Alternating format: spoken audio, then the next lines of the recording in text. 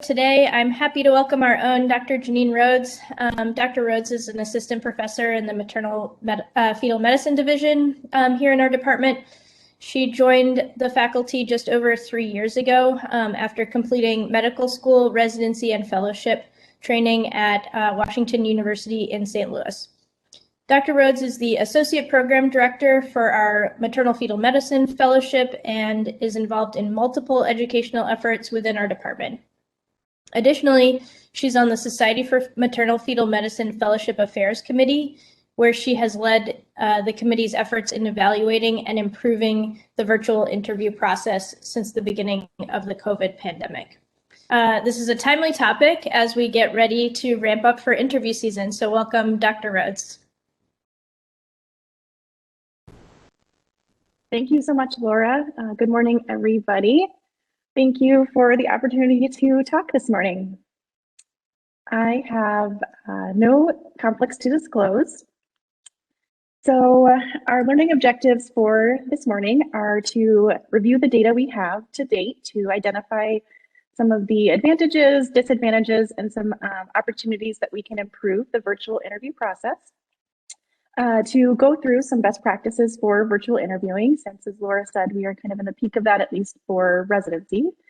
And within that, to kind of discuss some potential strategies to promote our efforts regarding diversity, equity, and inclusion in the virtual interview process. So the roadmap for the next 40 minutes or so is to kind of first look at how we got here. And review data that has kind of led us to this point. Then to kind of stop and say, now that we are here in the world of exclusive virtual interviewing, what are some best practices? And then lastly, to kind of try to look farther down the road as to where things might be going from here. So first stop is to kind of say, how have we ended up here? And yes, COVID is a huge part of that. But really, this has been a long recognized issue that the traditional format of full in-person interviews for medical education was really burdensome on the candidates. Certainly a super expensive process on folks who often have already pretty significant debt. And then within the span of just a couple of months, we are asking these candidates to travel all across the country and invest a ton of time and money in this process. So, this is by no means the very first publication about this, but it certainly has been at least 15 years of people at least kind of putting out there that this is a problem and a pretty intense process, and maybe we should consider some ways that we could improve this. So this was just a survey of urology residency applicants who, 15 years ago took 20 days away from medical school and spent an average of $4,000. And I would estimate that this data, had we surveyed urology applicants in 2018 or 2019, right before COVID, probably would have been, all these numbers would be quite a bit higher. A little closer to home for us, this is a survey of practicing gynecologic oncologists who had matched into their fellowships between 2008 and 2016. And they had done an average of 11 interviews with a total expense on average of $6,000 and spent 15 days away from their residency program. And I think a surprisingly kind of low number, 37% reported they had difficulty coordinating coverage for their residency shifts in order to interview. So this is a very surprising thing in the medical education world, that there's actually a randomized controlled trial.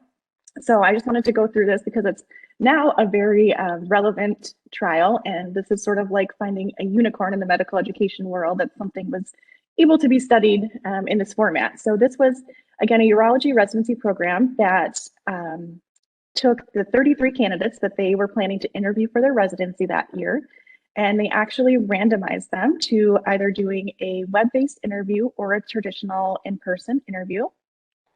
They, after that initial round of interviews, surveyed the candidates on their experience so they could compare the web-based versus the traditional group. And they had their faculty make an initial rank list. And then they had the groups cross over. So the traditional group then did a web-based interview, and the web-based group came for a traditional in-person interview. They surveyed everybody again at the end and then made a final rank list. So I'm just going to walk through some of their results. And so these were questions that they were asked to what extent they agree with these statements. The first column here, the WBI, is the web-based group. The next column is the traditional in-person interview group.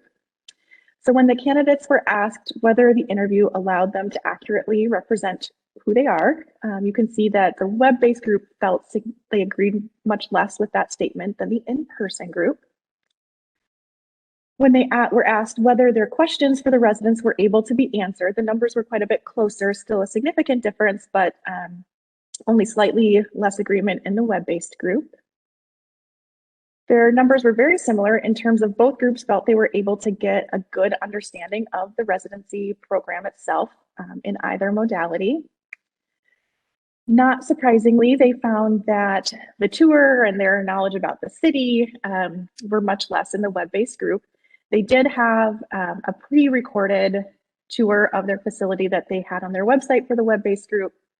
And then, of course, the traditional group did the usual in-person tour. And I think kind of most striking about this, when they were asked if they feel comfortable ranking that program based on their interview experience, the agreement in the web-based group was quite a bit lower than the in-person group. This was also then the follow-up survey at the end where they asked either the candidates or the faculty or everybody certain questions. And essentially they had to say which was better. Was the web-based better, the traditional, or were they both the same? So when the applicants were asked which format was better to get their questions answered, the majority felt they were the same.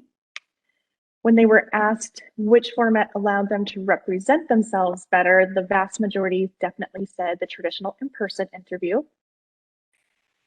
The faculty were asked which format was better for them to assess the applicant's strengths and weaknesses and the applicant's cognitive ability, and the majority felt both were the same. But when they were asked which format was better to gauge the applicant's professionalism, more felt the traditional in-person interview was better. Not surprisingly, when they asked faculty and applicants which format was more convenient and easier to schedule, the web-based interview was preferable. And then when they asked everyone which format allowed them to develop better rapport, the majority definitely felt the traditional in-person interview. So the conclusions that they made from the study was that at that time, web-based interview was not a sufficient replacement for on-site interviews. And the majority of the candidates kind of felt that they would favor maybe an initial web-based interview as a screening tool, and then to follow that up with an in-person interview. I will also add as a side note, this was in 2012. And so the virtual platforms were limited. They used Skype for this. And so I do think we have come a long way since then in terms of the technology and the abilities we have for virtual interviews. So going back to everyone kind of, again, recognizing for many years that this was a really burdensome process. In 2016, COFTOG, which is the Committee for Fellowship Training in OBGYN, which is a subcommittee of CREOG, published this call to action in the Gray Journal for all fellowship programs. And there were kind of four big action items that they were requesting fellowship programs to do. The one relevant to this talk was that they were suggesting that programs start holding a preliminary round of interviews virtually or a preliminary round of interviews in person, but at the national meeting so that everybody was in the same place at the same time. And they published this, and unfortunately, it sort of fell on deaf ears, and most programs in all subspecialties of OBGYN really didn't change much. There were a couple of more minor things they were suggesting that maybe improved a little bit, but for the most part, the sort of call to action did not get a lot of action. But then, of course, something stronger than a stubborn program director came along, and the pandemic hit, and we were all left with no choice. So, as you guys all know, in 2020, we very quickly made a transition to virtual interviews. This hit the FPR-MRS group kind of in the mid part of their interview season, since they interview in the spring. And then the rest of our fellowship subspecialties had just a couple of months to prepare before the summer interview season, and then of course residency later in the year. So it was a pretty quick transition. On the SMFM Fellowship Affairs Committee, we tried to put together webinars and information to give programs resources about how they could kind of convert their in-person interview experience to a virtual experience. And then to follow that up, we did a survey after that first virtual interview season in 2020. So we wrote this survey and sent it out to program directors for MFM fellowship programs. And we intentionally kind of sent it out after their interviews were complete, but that it had to be completed and closed prior to match day so that we were hopefully truly evaluating the interview process and experience and not whether people were happy with how they matched or not. And we had a pretty good 80% response rate. So our results from this survey, we found, not surprisingly, that everyone had completed all of their interviews virtually, which was new and no one had done that previously. Certainly the Zoom platform was the most commonly used. And at that time in 2020, everyone was sort of terrified of the technology that, now I think we're so comfortable with. But at that time, the big concern was, is this going to be feasible from a technologic standpoint? And we found that almost no one had any significant technical difficulties that impacted their interview day. Interestingly, we did find that almost half of programs did interview more candidates in 2020 than they had in 2019. And when we kind of asked why, the most common answer was that programs sort of reflexively thought that candidates were going to take more interviews, and so they sort of felt like they needed to compensate for that. Some people said that they offered the same number of interviews but had way fewer cancellations, so they just ended up interviewing more candidates. And then some people, that was already an intended step in 2020 from an increased complement or some other change in their program. So this is kind of a table just to show that programs were really able to pretty quickly adapt things that used to happen in person to a virtual world. So that kind of night before social event, a lot of people were able to transition into a virtual format. Same with that kind of initial welcome to the program, overview of the program. People did either pre-recorded virtually or just live on a virtual platform. A lot of folks were able to get some sort of a virtual tour together for their programs. And then a lot of people also kind of tried to recreate that break room where the candidates hang out between interviews and usually kind of casually socialize with other trainees or faculty into sort of a virtual breakout room fashion. So we also asked, kind of recognizing that the idea of Zoom fatigue is real, and being on a virtual platform for a full day is a really draining process. And so most programs, recognize that and made their interview day, kind of a half day or less.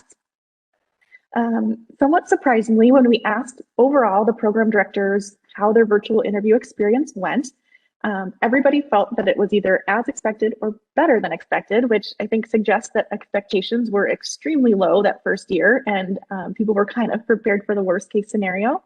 But this was somewhat encouraging that overall people felt that it went better than they thought it would. We asked program directors how well they felt they could really represent their program virtually, and you can see here that most people felt that they were maybe a little bit more limited than they are in person, or it was similar to their in-person experiences. And then we also asked program directors how well they felt they were able to get to know the candidates and assess whether they were a good fit with their program on a virtual platform. And the responses were pretty similar, that most people felt a little bit limited or pretty similar to in-person, and then some felt a little bit more significantly limited virtually. We then sort of asked, none of us knowing, of course, how long this pandemic would be going on at that point, but in a hypothetical future year where there was no pandemic, where program directors are at now that they'd had a year of experience doing virtual interviews, what would be their preference for the future? And you can see it was very evenly split in thirds of program directors wanting to go back to the old in-person format, a third wanting to stay with the new completely virtual format, and then a third kind of thinking that a hybrid would be a good way to go. Of the group that answered a hybrid, we then followed up to say how, in what way would they see that happening? And the majority said that, a first round of virtual interviews and then inviting select candidates to come in person would be a desired approach. I think the downside of that approach is it sort of doubles up the work from the program standpoint of you have two, then you sort of end up doubling your interview days. So you have a whole first round virtual, then you create another whole in-person interview time. The next most popular was to just hold an interview day virtually, hold an in-person interview day, and let the candidates choose which one they want to do. That also sounds nice, but you can quickly kind of see how candidates are going to think that if I don't come in person, I'm not going to be ranked as highly, or the programs I'm really interested in, I need to make sure I go in person. And so I think that can quickly become a slippery slope of candidates ending up doing mostly in-person interviews again. And then the least popular response was to essentially do virtual interviews and then hosting a day or an open house or a tour where the candidates can choose if it's helpful for them to come in person and visit the program. And again, you can see where that might be a slippery slope, that again, people feel like they need to go to show that they're really interested or to the programs they really want. And on the flip side, if you've already done your interviews and you kind of know the candidates you're interested in and not, it's a little bit unfair to, have somebody come who is going to spend the time, take the money to visit that you already know is not a great fit and is not somebody that's likely to be ranked highly at your program. So back to the survey, the summary was essentially that overall program directors felt like their virtual interview experience was better than they expected. However, they were a little bit less able to portray their program and get to know the candidates well virtually. But despite that, 2/3 were interested in continuing with some component of virtual interviewing in the future. So in that exact same time window, we also surveyed the candidates who had interviewed that year. So we surveyed the senior residents who interviewed virtually. And then we also surveyed current MFM fellows who had interviewed in person, so we would have kind of a comparison group, and the survey was over that same time window, so they did not yet know their match results. And this, sort of not surprisingly, we have this column is the virtual applicants, and the next column here is the in-person applicants. So we did find that the virtual applicants applied to significantly more programs than the prior years of in-person applicants. They actually had a similar number of interviews received between the two groups, but the number of applicants who canceled interviews was much less in the virtual group compared to the past in-person group. And so the virtual applicants did end up doing more interviews. Also, not surprisingly, the virtual applicants spent significantly less money on the interview process and also had significantly fewer days that they were away from their residency for interviewing. We asked then just the virtual candidates how well, kind of comparing, thinking back to when they interviewed for residency, how well did they feel that the fellowship programs were able to represent the program virtually. And you can see here is actually a pretty even spread. So most people felt it was maybe a little bit limited or similar to in-person, with also kind of a stronger group feeling it was actually better virtually. We also asked them, compared to, again, going back to their residency interview experience versus the virtual fellowship interview experience, how well did they feel they were able to kind of assess their fit with the program virtually? And the majority felt that it was about the same or maybe a little bit limited. And then we asked them also that same question, that thinking into a hypothetical future year, what format do they think would be best for fellowship interviews moving forward? And this was a little bit stronger, that the candidates felt a hybrid of in-person and virtual would be best, and then smaller contingents thinking about going back to the in-person interviews or staying exclusively virtual. We again asked that group that selected a hybrid which format would be best, and they felt that doing a first round virtually and then getting invited by the program to come for an in-person interview would be the best format, followed by fewer choosing the other two approaches.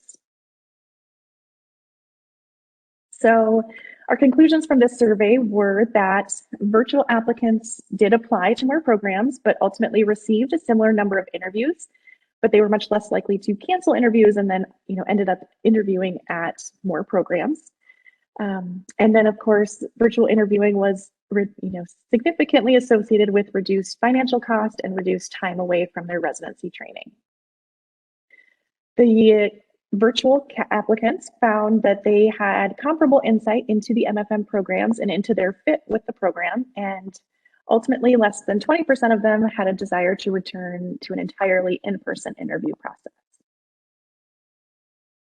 So kind of ongoing from here, we have a couple of surveys that are kind of midway. So we surveyed the folks who are now second-year fellows, but towards the end of their first year of fellowship, and they were the last group who interviewed in person. And so we kind of tried to assess their expectations that they had from their in-person interview experience and how well that matched up with their actual experience in their first year of fellowship. And then the same survey will go out to the current first-year fellows when they're a little bit farther along in their first year to assess their virtual interview experience and how their first year fellowship has matched with expectations in that regard. We also have a survey that's live right now out to the MFM program directors that we developed kind of in collaboration with ACOG and CREOG, and are similarly assessing the fellows, so how well their fellow that they met and interviewed virtually has kind of met their expectations of them in fellowship compared to prior in-person interview fellows, and then also to follow up on a lot of the same questions that we already asked now that everyone is a lot more comfortable with virtual platforms and has done this for 2 years. Where do people feel like this is going in the future, and what their interests are for virtual interviews in the future? So that's kind of some of the data we have available at this point on virtual interviewing. And now we are here, and we're at least stuck here right now as the pandemic rolls on. So I just wanted to go through some best practices for virtual interviews. As you all know, the AAMC, ACGME, all of the acronymed organizations have recommended ongoing virtual interviews at least for this academic year. So thinking about best practices, I think overall, like I mentioned, everyone has gotten very comfortable with Zoom and WebEx and all of these platforms. But sometimes we're now a little bit too comfortable to a fault. And so one aspect to keep in mind for virtual interviews is that you do want it to be as formal as what you would be if you were interviewing the person in person. So, you know, in terms of just your environment and what you're wearing. And so, you know, we've all gotten good about like being in our car doing a meeting, or, you know, being in all these abnormal locations, or not maybe having the best lighting. And so these are all things to keep in mind when you're actually hosting a formal interview. The camera position is also important. So having done a lot of these interviews myself for the fellowship now, if someone is on, you know, a tablet or their phone, or their desk sits low and they're looking down at the camera, it looks like their eyes are closed or they're not interested through the interview. So that's kind of one key point to always think about, the camera being at or above eye level. Certainly being in a more quiet, private environment. The other piece that's important to keep in mind is we're used to kind of usually being muted throughout much of a call. And so with an interview, you're generally going to be unmuted the entire time. And so having, you know, if your email is open in the back window and you're getting an Outlook, you know, a ding every time that you get an email during the interview, that's really distracting. So thinking about things like silencing other alerts is also important when you're interviewing. Of course, we want to try to humanize and personalize the process as much as we can for the candidates. And one other thing that's important is that when you interview in person, if you're taking notes, the candidate can look across the table and see you're taking notes. When you're doing that virtually, all they see is that you're no longer looking at them. And so if you plan to take notes during an interview, it's definitely important to let the candidate know that in advance, so that they don't think that you're disinterested, you're texting, you're emailing, they know that you're still engaged in the interview. And along those lines, it's important to come up with strategies for yourself to stay engaged and to stay focused in the interview. We all certainly, after the last couple of years, have felt the pain of trying to stay engaged in a virtual format. And so it's something to think about. And of course, from the program standpoint, to make sure that we're keeping the days, you know, at a tolerable length and scheduling in appropriate breaks and all of those things as well. Another piece that had kind of come about even for in-person interviews and is now even more important virtually is to kind of consider using some standardized questions for a more structured interview, which is that you ask all of the candidates that you're interviewing the same standardized questions, and then those questions have a standardized scoring rubric that you score the candidates on. And these structured interviews can be kind of behavioral or situational questions where you ask the candidate about an experience they had that was challenging in some regard, or an experience they had where they showed leadership skills. And you can kind of ask follow-up questions on that. But they don't have to be those questions either. They can be some of the more open-ended questions that you maybe would have asked the candidates without it being a required structured question. You know, just kind of asking them what are they most proud of? What's been their biggest failure? How did they overcome that? And then if you have a standardized scoring rubric, it's a little bit easier to evaluate the candidates on these more kind of like professionalism type of behaviors. So how well they maintain their composure in a difficult question, or how quickly they were able to kind of logically think through a difficult scenario, and you know what their perspective was, kind of their level of maturity and emotional intelligence in answering the questions. So this is a good way to kind of have a little bit more equity in your questions if you are asking everybody the same questions and evaluating them on the same scoring criteria.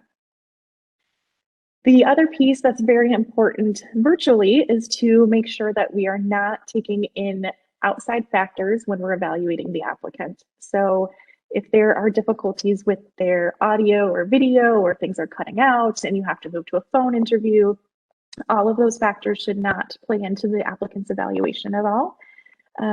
Nor should what's going on in their background or their location impact their evaluation. And part of this is to also participate in training specifically for unconscious bias in virtual interviews, which leads me into kind of this part where we kind of can focus on ways that we can promote diversity, equity, and inclusion in our virtual interview process. So unconscious bias training is definitely a big piece of that. The AAMC has a video. It's only 15 minutes long. It starts out a little bit slow, but then it's good. And it has really good instructions as it relates specifically to virtual interviews. You can also do implicit association tests that are free at this website, just to make yourself aware of your own unconscious biases. And there was this interesting study that was done at Ohio State for the medical school admissions, where they took all 140 people who were on the med school admissions committee.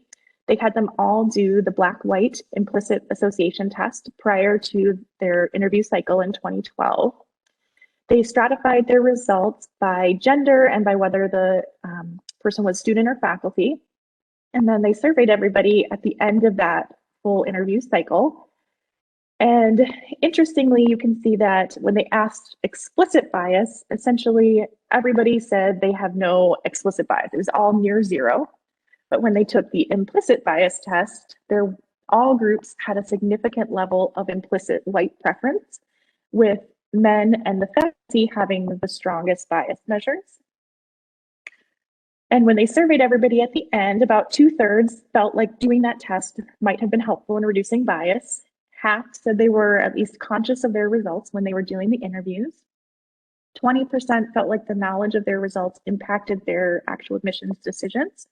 And of course, we can't say a definite cause and effect from this, but the authors did note that they then matriculated their most diverse class in their medical school history.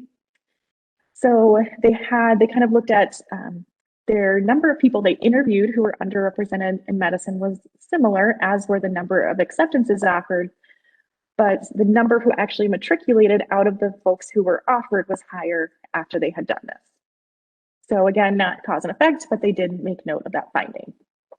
And their conclusion was that probably doing this test is helpful, and even more helpful would have been to have formalized opportunity and follow-up to educate all of their committee on how they can actually mitigate this unconsciously identified that they have it. So definitely unconscious bias training is an important part for us to kind of raise everyone's awareness and ensure that we are more equitable in our interview. We already talked about the structured interview questions, and scoring are important. So it kind of, especially in the virtual setting, the ease of like a casual conversation is not really there. It's not organic to kind of just chat back and forth virtually. And so that is another aspect where the structured interviews can be really helpful. And there are some people who sort of suggest having a more holistic approach to the meeting. And so, a more holistic approach to how we review the applicants and how we approach their interview. And so with that, some people suggest that maybe some of the interviewers should be blinded to some of the more objective data. So the most obvious example would be the step 1 score. So if the people interviewing the candidates do not know whether they had a 270 or a 215 on their step 1, then maybe that kind of, you can remove that bias that someone has already going into the interview, thinking that the person with the high step 1 score is going to do better or have a better interview than the person with a lower score. And so if we kind of take that out and we have a more holistic approach to the person's experiences, life experiences, research, other aspects of their application, that can also make things a little bit more equitable.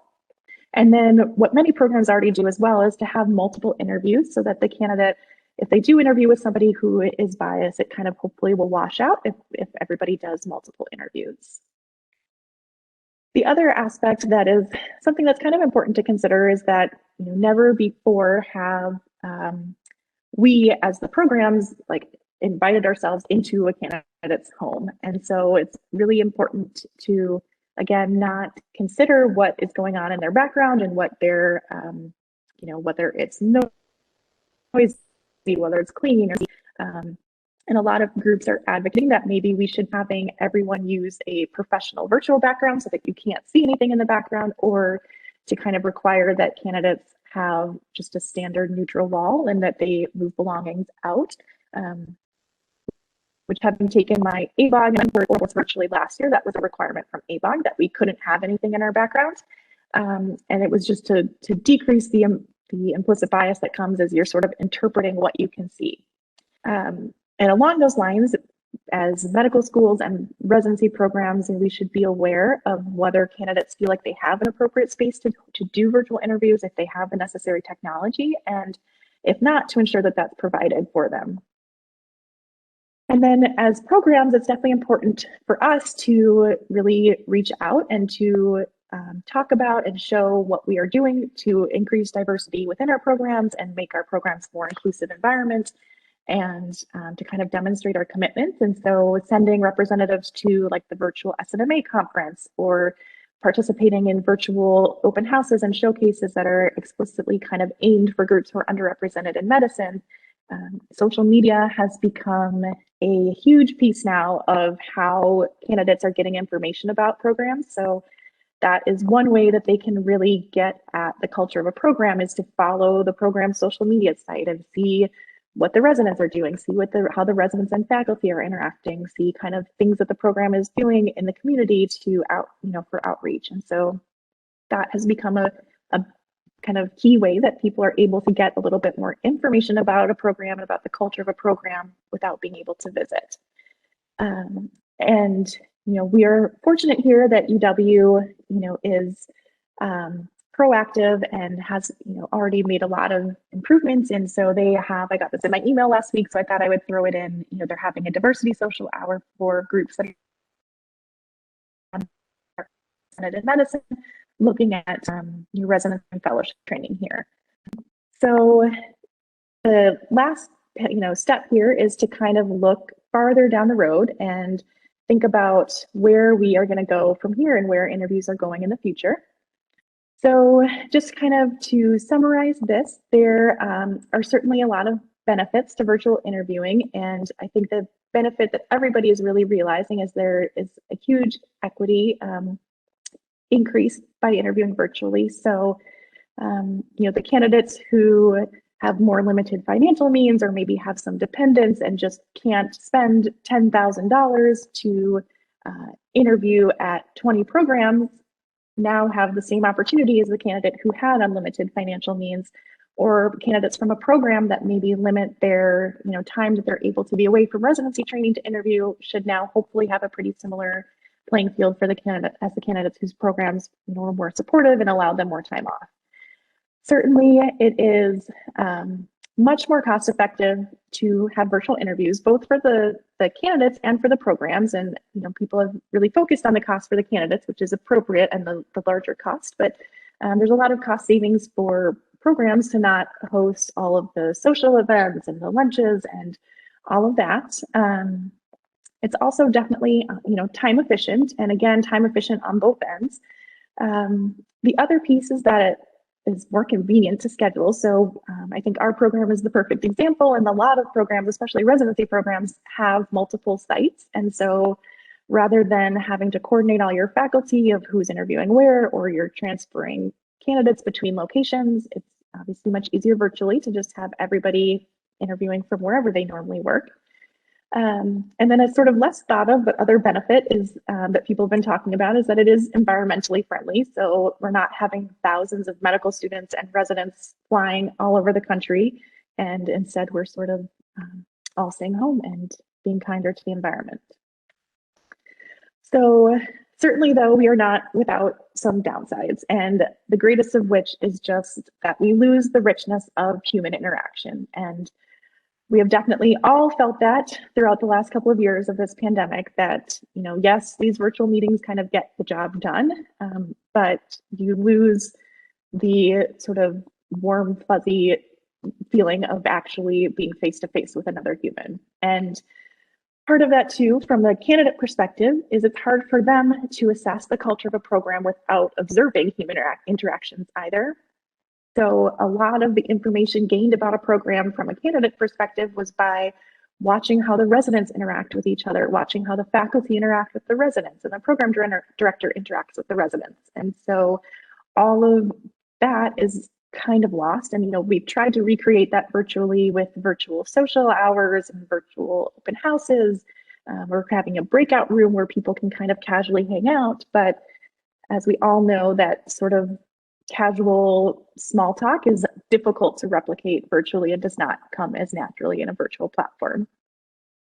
Virtual interviews also do have an increased risk of both conscious and unconscious bias. So, you know, again, without the richness of a human interaction and getting to know someone, all you have is, you know, kind of the shoulders up and what's in someone's background, and you have less time to sort of form that normal human connection.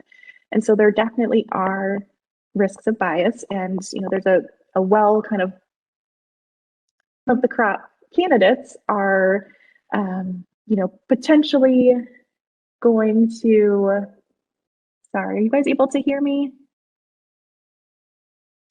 Yes, I lost you for a minute, but you're back. Okay, great. Sorry about that. So the risk is that kind of the top tier of candidates are going to do way more interviews than they need to do, or that they would have done in person. And there's going to be kind of less interview spots for the bulk of the candidates who are still very well qualified. And so that is one piece that is kind of a hot topic right now and something to address going forward. So there certainly is more work to be done. And so some of this was pulled from the AAMC as far as kind of a call to action or research items that they want to address. But, you know, we think about this process a lot as to how it affects the candidates, but there also is an impact on the programs, and programs that are smaller or maybe in a more rural or less desirable, you know, location. Newer programs might have a little bit harder time really kind of showing off their program virtually than they would in person.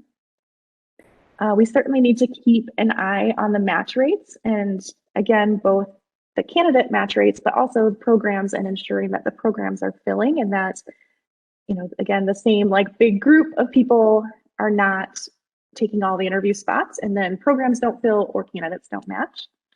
Some of the work like that we are doing is to kind of look at the satisfaction, like are you able to assess virtually what you're actually getting in your fellowship program, and are you happy with that? We need to kind of keep following the burden of being on a virtual platform on the interviewers, and is that impacting their scoring? And then also to kind of be aware of which characteristics are most subject to biases and keep focusing on some best practices to mitigate those biases. So this last slide is entirely my own personal opinion, and in no way from anyone important. So it's not by ACGME or the AAMC or anybody, but this is just my personal thoughts of where I think things could potentially go in the future. And I feel like at this point, it's pretty unlikely that we are going to go back completely to the way things used to be in person. I think there are probably some middle ground in between solutions that possibly could come up. One of those would be asynchronous interviews as a screening tool. So this is where programs send essentially candidates a list of questions. The candidates record videos of themselves answering the questions and send them in. And that can kind of be an adjunct to their application. They're often like behavioral or situational type of questions, and it can kind of help the programs better select the people to invite for an in-person interview. The Mayo Clinic does this right now, is probably one of the most popular or most well-known programs already doing this. The downside of it is, of course, from a candidate perspective, it sounds horrible, but also it doesn't give them any more information about the program. It just gives the program more information about the candidates. So, another potential future model would be, where there is some sort of first round of interviews virtually. And then in that way, the program gets to know more about the candidate knows more about the program, and then, mutually you can kind of decide, the program can invite the people they think would be a better fit for their program to come in person. And the candidates then, of course, can accept or decline that based on, experience on both sides. I also think that it is certainly very possible that we will just continue with how we're doing things now these last 2 years. And if we continue to improve our approach and our technology and our best practices, that potentially just staying completely virtually is a very fair approach. And if it works, then that's also a real possibility in the future. If that happens, I do foresee that there might need to be some sort of oversight on how many interviews candidates can accept. And that could be, done through ERIS, which is the software that the applications are done through and most of the interviews are sent out through. If within that, we say, each candidate can only do 20 interviews or whatever is an appropriate number for, the specialty that they are applying in. But some way to kind of keep people from doing an excessive number of interviews and kind of taking spots from other good candidates. So these are some references that I used that were not on the slides. And then with that, I'm happy to take anyone's questions or comments. Great, that was fantastic. Let's see, we have a few questions in the chat that we'll get. I'll just read while people get their mics unmuted to ask any other questions. So we have one from Kathy Stewart. Is there a best practice handout or website that summarizes online interviewing we can send to students to help them prepare? Yes, so the AAMC website is great. They have a bunch of resources for the interviewee and the students or residents and for the interviewers and also for like program directors. So that site is great, which I think I have, let's see if I can go back. It's this link. So conducting interviews during the pandemic is great. Great. Let's see. We have another one from Dr. Anthony. Can medical schools or residency programs provide rooms for interviews? We know at least all medical students will need to interview for residency. This would provide a neutral background. Yeah, I think that is one piece that is sort of recommended by the AAMC, and logistically, I think it could be hard, especially for medical students interviewing for residency because there are so many of them and the times can often overlap. But I think at a minimum, the medical schools or the program should be ensuring that if somebody feels they don't have like a good environment to do the virtual interview, then it should be provided at the school. So if somebody has roommates or they have kids who are at home in virtual school or other complicating factors that might make their environment not optimal for the interview, then it is definitely recommended that the school provide them the appropriate location, or similarly, if they don't have the technology they need, whether it's the microphone or the webcam, that it's provided at the school. Anyone with any questions they want to ask before I continue with the chat questions? Or if you wrote a question in the chat that you want to read, or. Hi, this is Vienna. I was wondering, Dr. Rhoades, if you have any criteria or like that that kind of standardized evaluation form that you were mentioning for interviews, because we're entering our residency interview season. If there's even a draft or one out there that we can start to take, I think that would probably be helpful, and we could distribute that well in advance if we've got the time. Yeah, so the examples I showed were from also from a link up this AAMC website. So definitely going there would be a good first step. And I think it's hard to, because kind of these like more subjective qualities or professionalism type of qualities that you're trying to look at. But the way that is suggested to build them is to kind of think about like the competencies you are looking for in a resident. And you can even use like the ACGME milestones or something as an example, because they kind of have some of this like language regarding professionalism or interpersonal skills. And so you can use that and kind of think about what your goal is to interview someone who is going to meet the competencies you expect them to meet. And so that's part of where using those standardized rubrics is helpful, or to even look at the competencies that you're evaluated on as a PGY1 and think about questions you can ask to address those, and then having a standardized scoring system for that. So that way you're really trying to evaluate the person who is the most competent or the best fit for the job versus just like the person you like to talk to.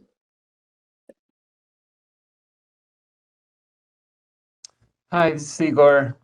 Janine, this was great. We've talked a lot about this, and I'm most interested about this from an angle of how do we make this most equitable for everyone, right? And it's the cost, but also as a fellowship person, I also want to get the best person that I can, right? So this becomes then this sophisticated way of trying to figure out many things to put together.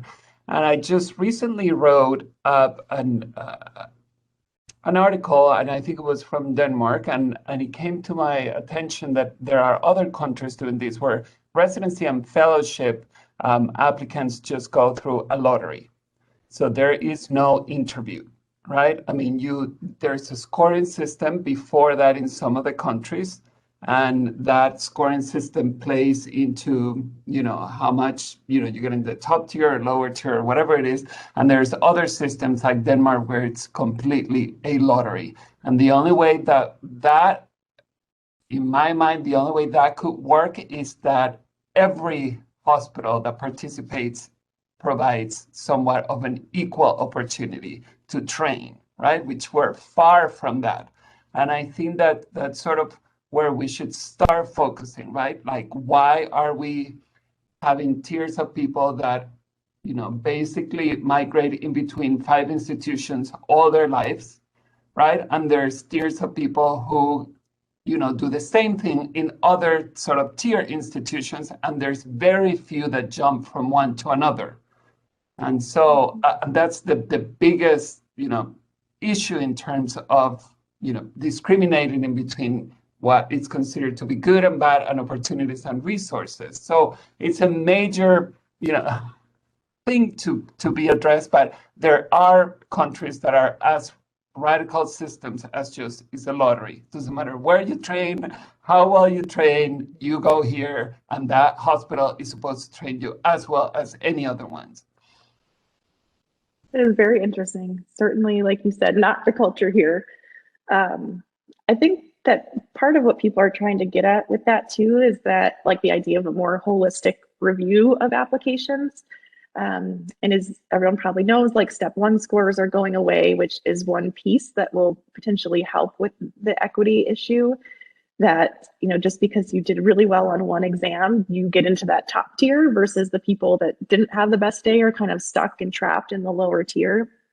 So I think there is definitely a group of people who are encouraging more holistic review of the applications, and considering too, just like people's life experiences, and who has persevered, who has demonstrated other qualities that are important in a resident or a fellow than just a test score or a certain publication, in a journal, because many of those things are associated with where you're coming from and who your co-authors are and those sort of things. So I think there's more interest in it here of trying to make it a little bit more equitable and realizing that having some diversity within your program's trainees is really important for the program, really important for patient care. And so, we need to kind of reassess our usual evaluation systems.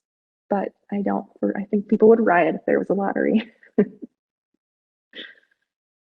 Well, the Luther Gaston, I was just looking this morning.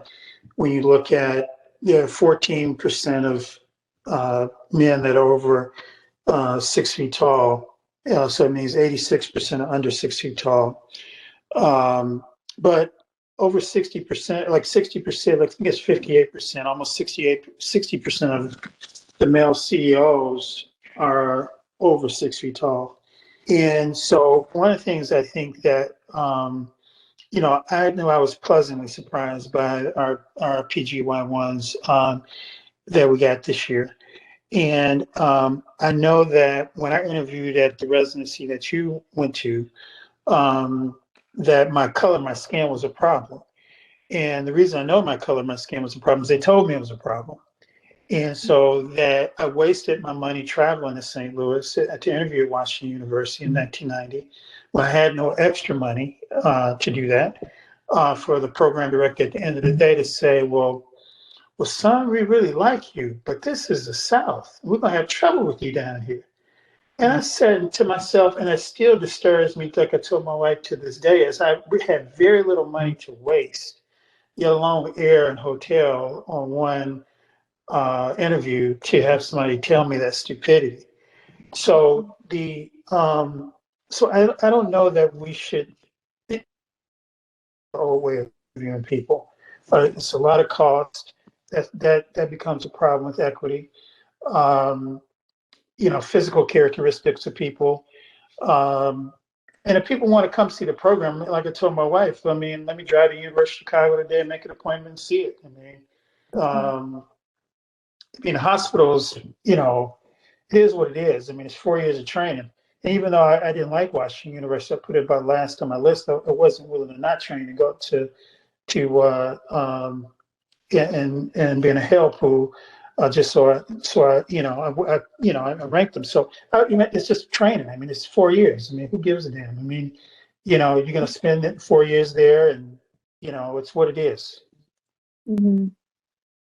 Yeah, I think there's a huge equity benefit by staying exclusively virtually, and it's hard to come up with an alternative that is equitable and kind of like doing those hybrid type of models. It sounds like a good idea at first, and then when you try to find a good way to do that in an equitable fashion, it's hard because it essentially ends up just kind of going back to the way it was, and people are going to travel or feel obligated to travel. And so I do foresee that the virtual interviews may stay, and like you said, people can certainly book a flight to Madison and come visit and check it out if they feel like they need that information to make their rank list.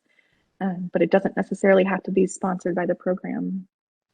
Yeah, I think if people are going to do a tour or like visit the city, I think ideally the program directors would not know about it. If they want a tour of the hospital, perhaps they could arrange that with a hospital representative, unaffiliated with the residency, who could give a tour, or they could come visit the city. But otherwise, it's going to end up feeling like everybody has to do it. Exactly. Yeah. And then again, the people that have the resources and the time and the money to do that are going to do it, and the people who don't aren't going to be able to, and be worried that it's going to impact their position on a rank list. So I do think if people feel like they're able to assess the program and assess the candidates reasonably well virtually, that is probably a good way to go.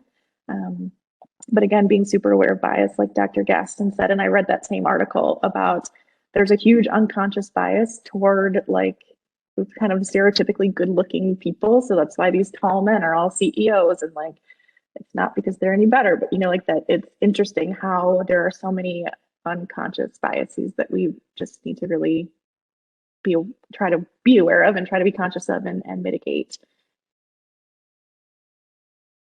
Well, thank you. I think we are out of time this morning, but this was a great presentation, great discussion, and very timely. So thank you for joining us this morning. Yeah. Thank you guys. Have a great day.